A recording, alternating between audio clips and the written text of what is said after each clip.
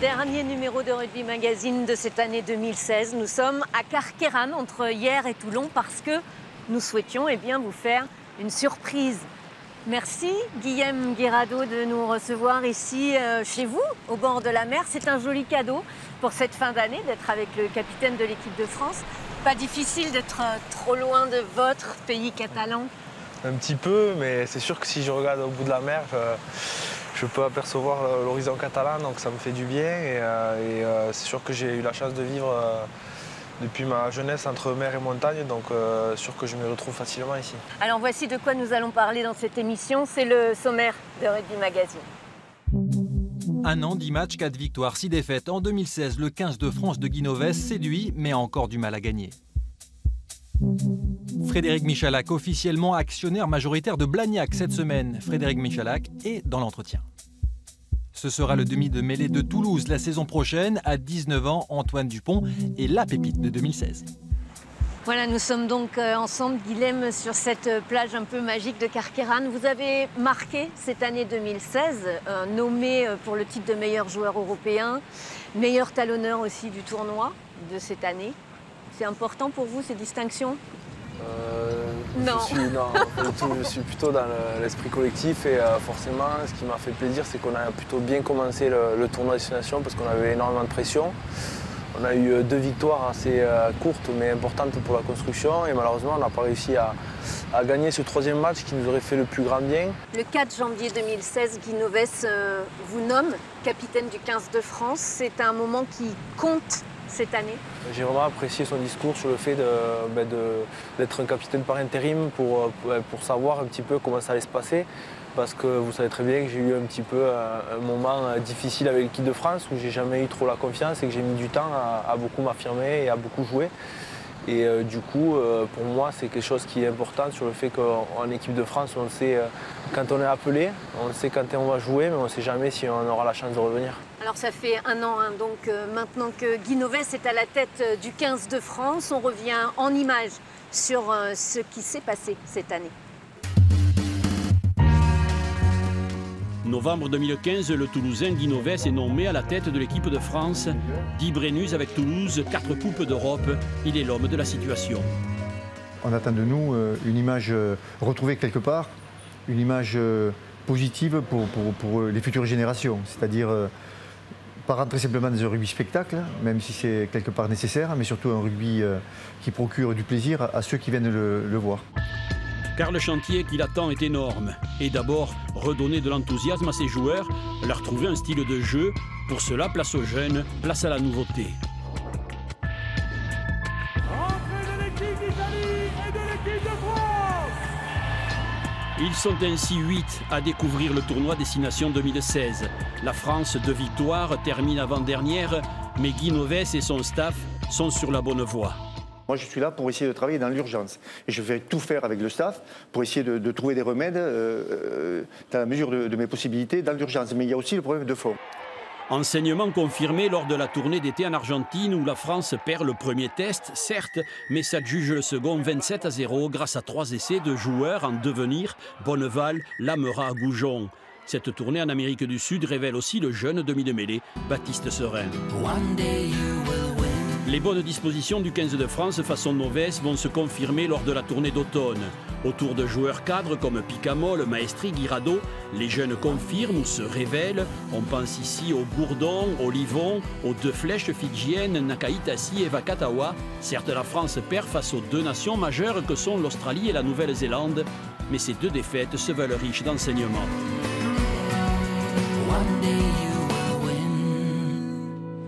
Alors on vient de le voir, Guilhem Guy Novès a changé le visage de l'équipe de France. Qu'est-ce que vous voulez retenir, vous, du bilan de cette année 2016? C'est un bilan forcément qui a été constructif sur le fait d'apporter de nouveaux joueurs et de construire vraiment un groupe.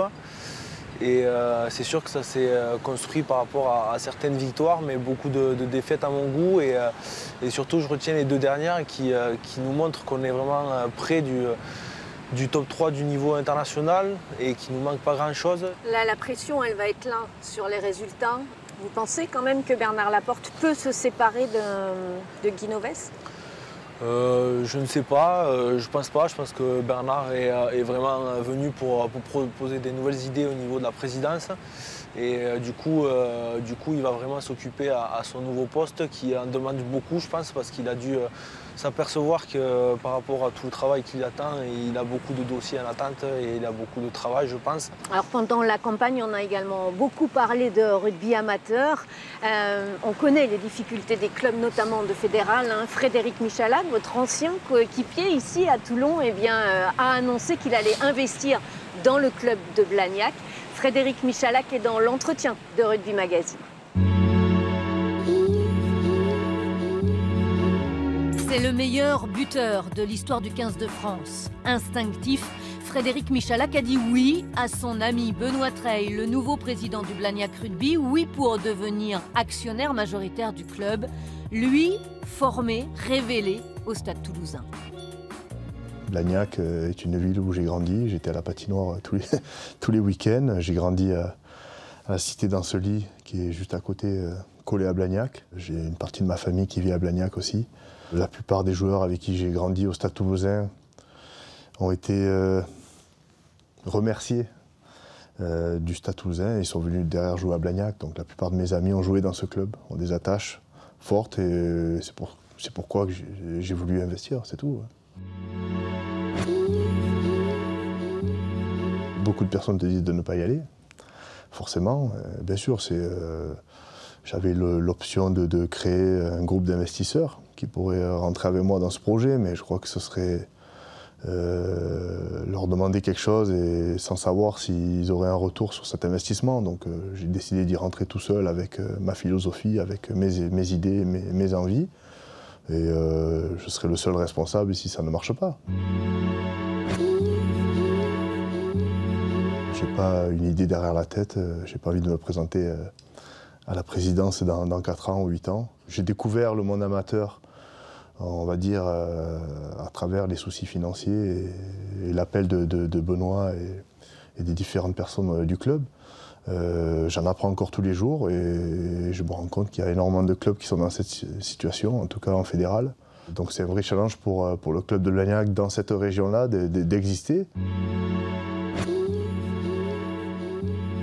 Notre objectif sportif n'est pas de monter en Pro D2, on n'a rien dit là-dessus. On va créer cette identité de club et cette philosophie de jeu et cette envie de voir le club jouer un style de jeu dans toutes les catégories. Ensuite, il y aura un gros travail social et sociétal dans la ville, voilà, aller au contact de notre public. Les clubs amateurs ont besoin d'un public.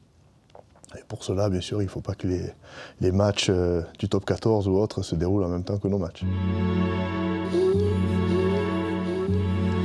Alors Guilhem, ce que fait Frédéric, vous trouvez ça sympa? Vous trouvez ça important? C'est un peu comme Tony Parker avec l'Asvel. Je suis vraiment content déjà pour Fred, parce que ça fait longtemps qu'il s'investit dans le rugby et qu'il véhicule des valeurs envers les jeunes et envers les jeunes qui poussent derrière lui.